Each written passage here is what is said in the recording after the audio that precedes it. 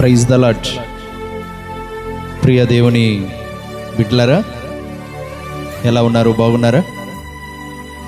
ఈ రోజున మీ మధ్యకు తీసుకుని వచ్చిన వర్తమానం సందేశం ఏమిటి అంటే, ప్రభువైన యేసుక్రీస్తు వారు ఈ భూమి మీద 33.5 సంవత్సరాలు జీవించారు మానవునిగా.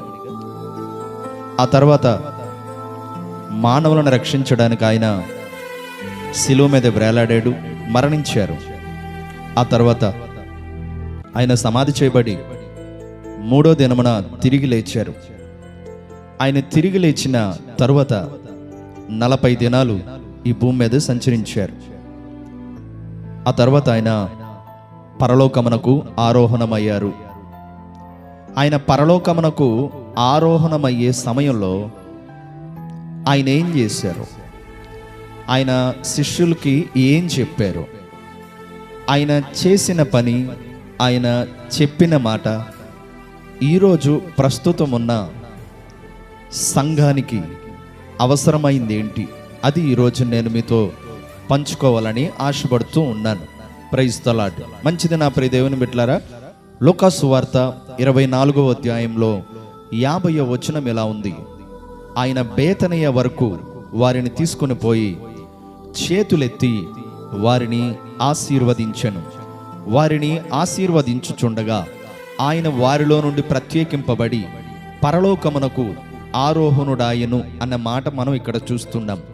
నా ప్రియ దేవుని బిడ్డలారా, ఆయన ప్రభువైన యేసుక్రీస్తు వారు పరలోకమునకు ఆరోహణమయ్యే సమయంలో ఆయన ఏం చేశారు? బేతనియ వరకు వారిని తీసుకొని వెళ్ళి చేతులెత్తి వారిని ఆశీర్వదించెను.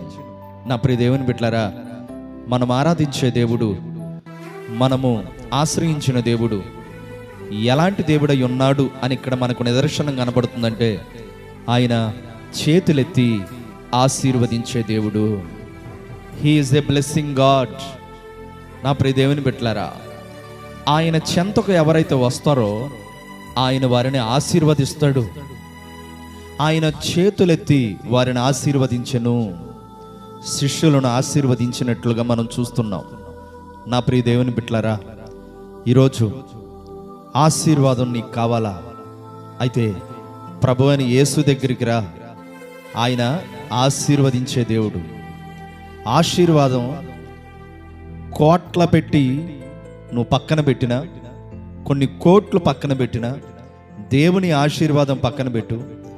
ఏది విలువైంది అని అంటే, నేనంటాను కొన్ని కోట్ల కన్నా, కొన్ని లక్షల కన్నా, మేడలు మిద్దల కన్నా, ఆస్తుల కన్నా, అంతస్తుల కన్నా గొప్పది దేవుడిచ్చే ఆశీర్వాదం. Praise the lord. నా ప్రియ దేవుని బిడ్డలారా, ఆశీర్వాదాన్ని మించింది ఈ ప్రపంచంలో ఏదీ లేదండి. ఆశీర్వాదాన్ని మనం ఎక్కడా కొనలేము. ఆశీర్వాదం ఏ మనుషుడు ఇవ్వలేడు. ఆశీర్వాదం దేవుడే ఇచ్చాడు. నా ప్రియ దేవుని బిడ్డలారా, చేతులెత్తి వారిని ఆశీర్వదించాడు. నా ప్రియ దేవుని బిడ్డలారా, అంటే వారు యేసుక్రీస్తు వారి అడుగుజాడల్లో ఉన్నారు, యేసును అనుసరిస్తున్నారు, యేసును వెంబడిస్తున్నారు, యేసు దగ్గరలో వాళ్ళు ఉన్నారు, యేసులో వాళ్ళు ఉన్నారు, యేసుతో వారు ఉన్నారు. ఈరోజు ప్రభువైన యేసుక్రీస్తు వారు ఎవరిని ఆశీర్వదిస్తారంటే, యేసును అనుసరించే వారిని. అనుసరిస్తున్నావా? లోకాన్ని అనుసరిస్తున్నావా? వాక్యాన్ని అనుసరిస్తున్నావా? లోకంలో ఉన్న మార్గాన్ని అనుసరిస్తున్నావా? వాక్య మార్గాన్ని అనుసరిస్తున్నావా? వాక్యమేమో నీతిని అనుసరించు అంటుంది, లోకమేమో నీ ఇష్టం అంటుంది. వాక్యమేమో మంచిగా బ్రతుకంటుంది, లోకమేమో నీ ఇష్టం అంటుంది. వాక్యమేమో పరిశుద్ధంగా జీవించు అంటుంది, లోకమేమో నీకు నచ్చినట్టుగా జీవించు అంటుంది. లోకానికి నచ్చినట్టు నువ్వు జీవిస్తే, లోకానికి నచ్చినట్టుగా నువ్వు బ్రతికితే, లోకరక్షకుడైన ప్రభు అని యేసుక్రీస్తు వారు నిన్నెలా ఆశీర్వదిస్తాడు? వాక్యాన్ని అనుసరించు, వాక్యాన్ని వెంబడించు, వాక్యాన్ని నీ హృదయంలో చేర్చుకొని ప్రభు అని యేసుక్రీస్తు వారికి దగ్గరగా, ప్రభు అని యేసుక్రీస్తు వారికి లోబడుతూ, ప్రభు అని యేసుక్రీస్తు వారితో కలిసి నీ ఆత్మీయ జీవితాన్ని ప్రయాణం చేయగలిగితే, ఆ ప్రభు అని యేసుక్రీస్తు వారు నిన్ను ఆశీర్వదిస్తాడు. నా ప్రియ దేవుని బిడ్డలారా, ఆయన వారిని ఆశీర్వదించుచుండగానే పరలోకమునకు ఆరోహణుడాయను. పైనున్న పరలోకములో తండ్రి అయిన దేవుని కుడి పార్శ్వమున ప్రభువైన యేసుక్రీస్తు వారు ప్రస్తుతం ఉన్నారు. అయితే ఇప్పుడు ఈ లోకములో ప్రస్తుతం ఎవరున్నారు అని అంటే పరిశుద్ధాత్మ దేవుడు మన మధ్య సంచరిస్తూ ఉన్నాడు. అది ఇక్కడ మనం చూద్దాం. లూకా సువార్త 24వ అధ్యాయము 49వ వచనం. ఇదిగో నా తండ్రి వాగ్దానం చేసినది మీ మీదకి పంపుచున్నాను, మీరు పైనుండి శక్తి పొందు వరకు పట్టణములో నిలిచి ఉండండి. ఇక్కడ ఏమంటున్నారు ప్రభువైన యేసుక్రీస్తు వారు? నా తండ్రి వాగ్దానం చేసింది మీ మీదకు పంపుచున్నాను. Praise the lord. ఆయన ఆరోహణమవుతున్న సమయంలో ఆయన చెప్పిన మాట, నేను నా తండ్రి దగ్గరకు వెళుచున్నాను, అయితే నేను మిమ్మల్ని అనాథులుగా విడవను. నా తండ్రి వాగ్దానం చేసినట్లే మీ మీదకి పరిశుద్ధాత్ముణ్ణి పంపుతున్నాను అంటున్నాడు. ఈరోజు సంఘానికి కావాల్సింది ఎవరు? పరిశుద్ధాత్ముడు. విశ్వాసికి కావాల్సింది ఎవరు? పరిశుద్ధాత్ముడు. ప్రతి క్రైస్తవుడికి కావాల్సింది ఎవరు? పరిశుద్ధాత్ముడు. కొన్ని సంఘాలలో కొంతమంది అంటున్నారు పరిశుద్ధాత్ముడు లేడు అంటున్నారు. తప్పు.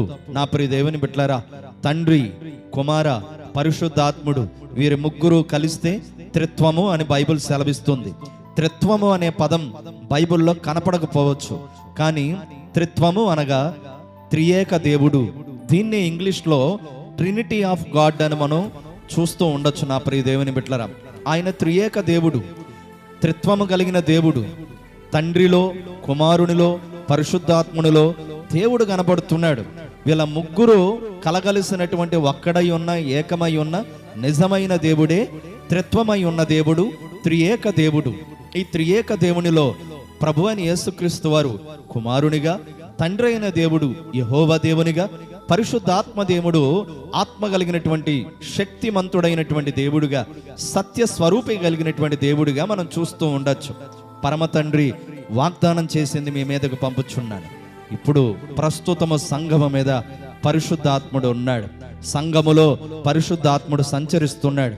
ఎవరైతే ఆ పరిశుద్ధాత్ముని పొందుకుంటారో, ఎవరైతే పరిశుద్ధాత్మను కలిగి బ్రతుకుతారో, ప్రియమైన దేవుని బిడ్డలారా, రాకడ పర్యంతరం వరకు ఆ ఆత్మదేవుణ్ణి స్వంతము చేసుకొని ఎవరైతే జీవిస్తారో, ఆ పరిశుద్ధాత్మ దేవుడు రాకడ సమయంలో ఆయన పరలోకమునకు తీసుకుని వెళ్ళి కుమారుడైన యేసుక్రీస్తు వారి ఎదుట నిలబెట్టబోతా ఉన్నాడు.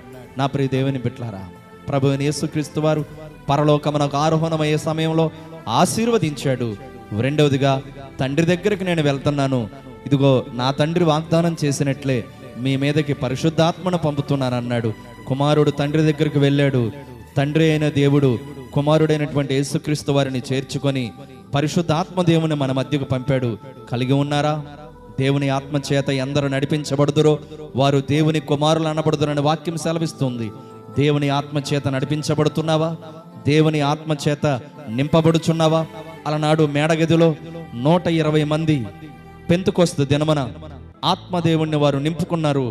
ఆత్మ వరములు కలిగి, వాళ్ళు ప్రవచన వరములు కలిగి, వాళ్ళు గొప్ప శక్తివంతమైనటువంటి భాషావరంతో వాళ్ళు ప్రవచించినట్లుగా, మాట్లాడినట్లుగా మనం చూస్తున్నాం. అలనాడు ఆదిమ సంఘం 120 మంది ఆ పరిశుద్ధాత్మ దేవుని శక్తిని నింపుకున్నారు. 120 మందిలో పేతురు గారు వాక్యాన్ని చెప్పినప్పుడు 3000 మంది సంఘంలోకి వచ్చారు. మరలా వాక్యాన్ని చెప్పినప్పుడు వాక్యాన్ని అంగీకరించిన వారు 5000 మంది వచ్చారు. టోటల్గా 8120 మంది కలిసి దేవుని ఆత్మతో నింపబడ్డారు. ఈరోజు సంఘాలు చాలా ఉన్నాయి, విశ్వాసులు చాలా మంది ఉన్నారు, క్రైస్తవులు చాలా మంది ఉన్నారు, కానీ దేవుని ఆత్మని నింపుకోలేని వారు ఎక్కువగా కనబడుతున్నారు. నింపబడాలి నీవు. ఆమేన్.